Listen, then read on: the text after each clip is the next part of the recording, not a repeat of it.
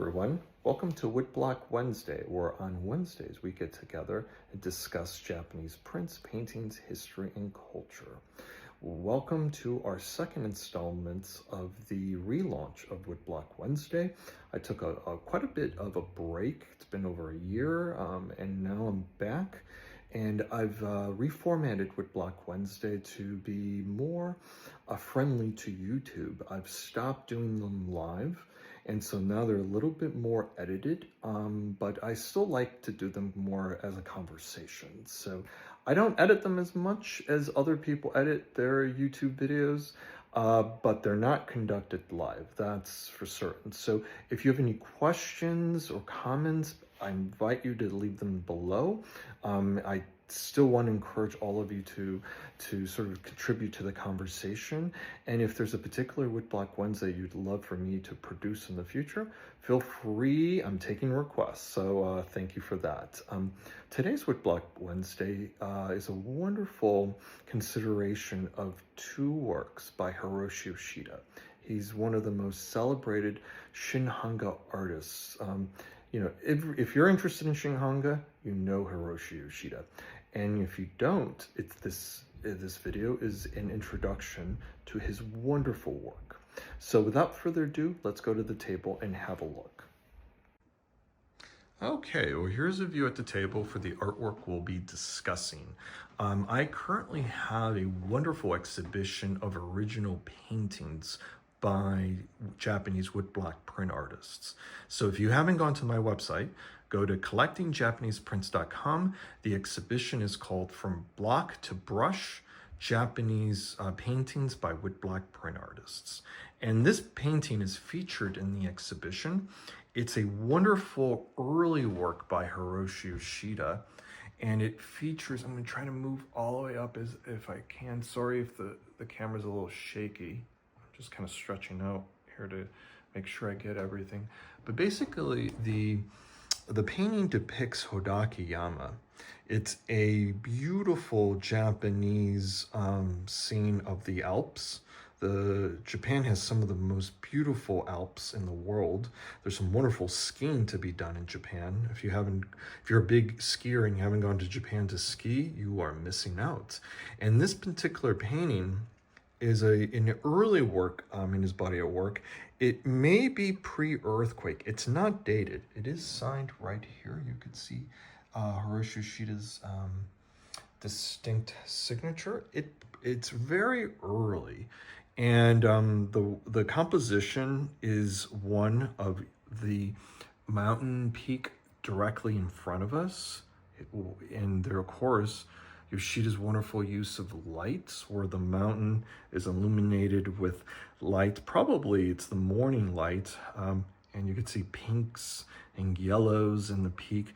Where below in the valley, and sorry, there's going to be glare because this painting is oil on canvas, and so the glare, I'm trying to hold it up to show you. The bottom portion is darker because the light has yet penetrated the wood area of the valley surrounding the mountain, but the painting is just stunning. I just love how it's been executed with this wonderful use of light, and of course the wood's done in a very provocative, darker tone that only serves to highlight how beautiful the peaks are. So I wanted to show that. It's actually kind of hard. I'm sorry. I don't have something to hold the painting up, so I'm trying to get at the right angle.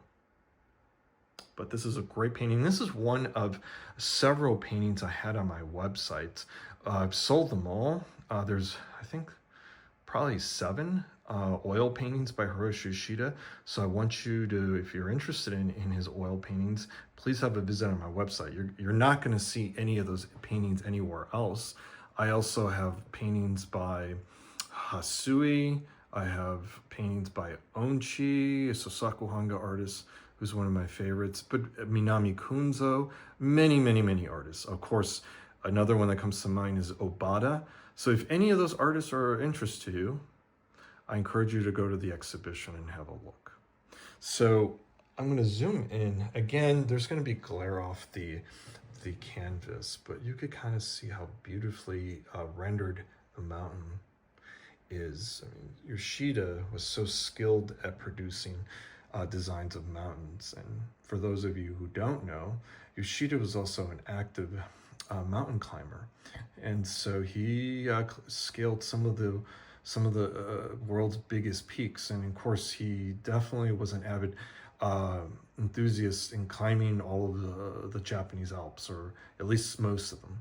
I don't have an accounting of which Alps he actually climbed. I don't think there's any notebooks left where he indicated which ones, but one can kind of tell based on what he produced in terms of his body of work. I think, if at the very least, Hodakayama was a mountain that he returned to over and over again, and he was quite captivated by this mountain. Perhaps maybe he scaled it. I don't know how dangerous or how technically savvy you have to have been to climb it, but he was certainly enamored by this this mountain, and I'll show you why. Here is one of his largest woodblock prints. This is, I mean, basically, I didn't bring an Oban size print to show you how big this is, but I think you could put 6 prints on the surface of this one design, maybe even more. It's huge. And this is also Hodakayama. This design is called Hodakayama After Rain. And the perspective of Hodakayama is from the side. We're coming in, there's the trees again. There's a river there, a little pond. And of course, there's Hodakayama rising above out of the mist, very dramatic. And the composition's different from this work where we're shown the mountain straight ahead. And I think both of them are really striking. Obviously, they're different, doing different things. And here we have the trees with autumnal colors, which serve as a really nice contrast to the beautiful purple that we have in the mountain, purples and blues.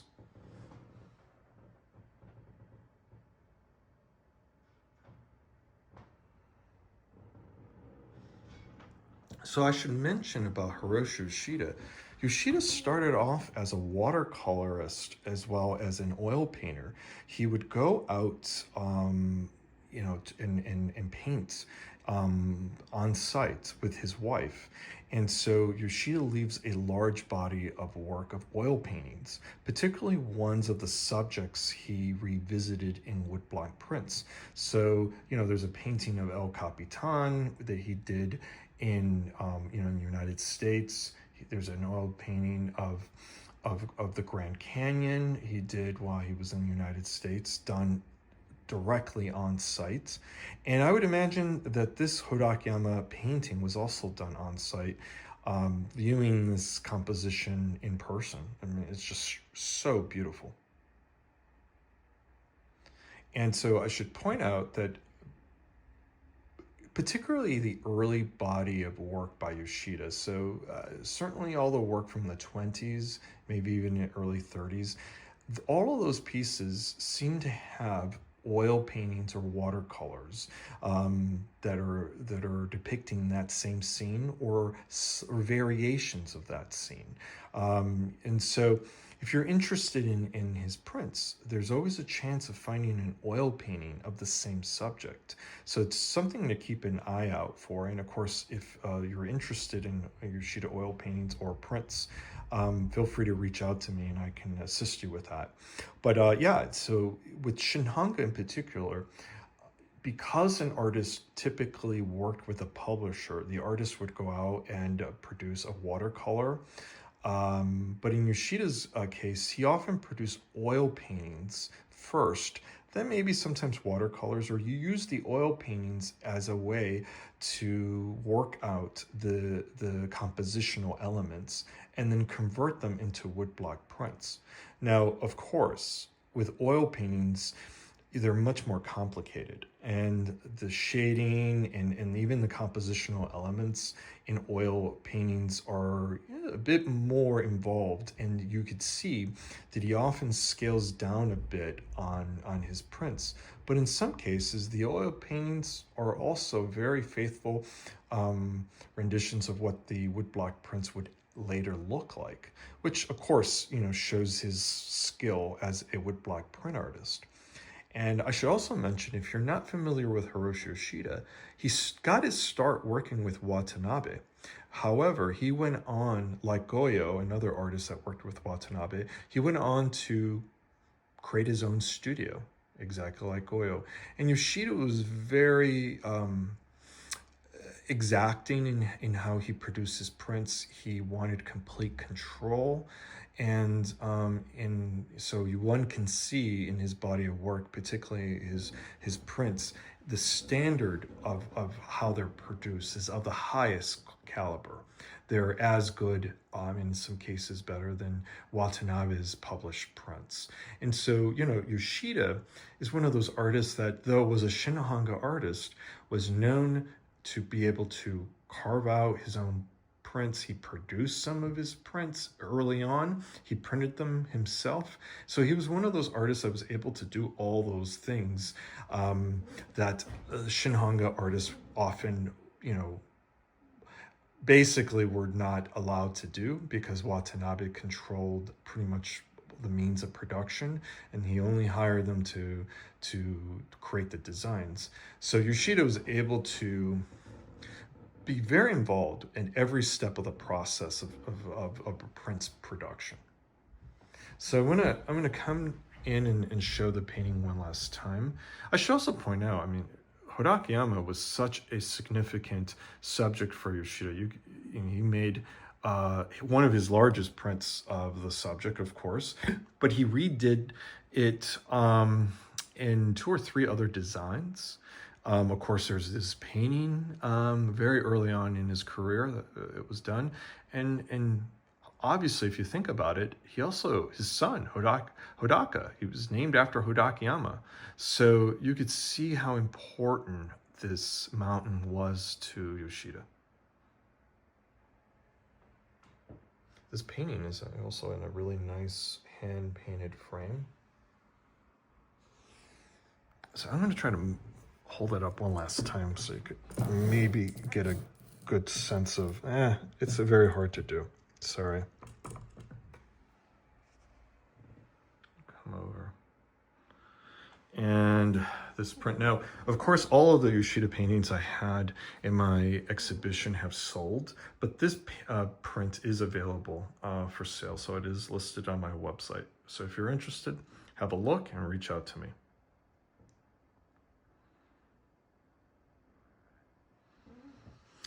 In this print, I just love the juxtaposition of how this almost looks photographic to me. The way that Yoshida was able to render the atmospheric quality around the mountain, that just looks so real. And yet these trees aren't rendered in the most realistic way. They're kind of done in his famous watercolor style that was translated into prints. But when you put them together, it's kind of cool. I like that striking difference within this composition. And then of course there's these stones at the bottom there. It's a really cool little just area there. I'm gonna step back so you could see sort of the size of the painting compared to that very large size print. That painting's not a bad size. He's known to produce larger size paintings, but that one is it's almost the size of the print. Well, I want to thank all of you for joining me on this week's installment of Woodblock Wednesday, where we considered a print and painting of Hodakayama by Hiroshi Yoshida. It's a wonderful opportunity to compare an original work that's seldom seen with one of his most celebrated print designs, and very fortunate to have the two to show all of you. So thank you for joining me. Now, if you'd like to see a particular topic covered in a future Woodblock Wednesday, please feel free to leave your comments below. I'd love hearing from our viewers, so please reach out. Let me know what you think. I'm testing out different ways of doing the video. Let me know if the horizontal format, looking at the artwork, seems to work for you, or any other feedback. I welcome it. So thank you for that. And so, just want to encourage all of you to visit my website, collectingjapaneseprints.com, if you're interested in prints or paintings or even books. I have a big bookstore dedicated to Japanese print references. And if you have particular prints that you're no longer interested in, I'm also an active buyer, one of the top buyers in the world for Japanese prints and paintings. So feel free to reach out if you have something for sale. But I want to thank all of you. Thanks for joining us. And until the next installment of Woodblock Wednesday, bye-bye.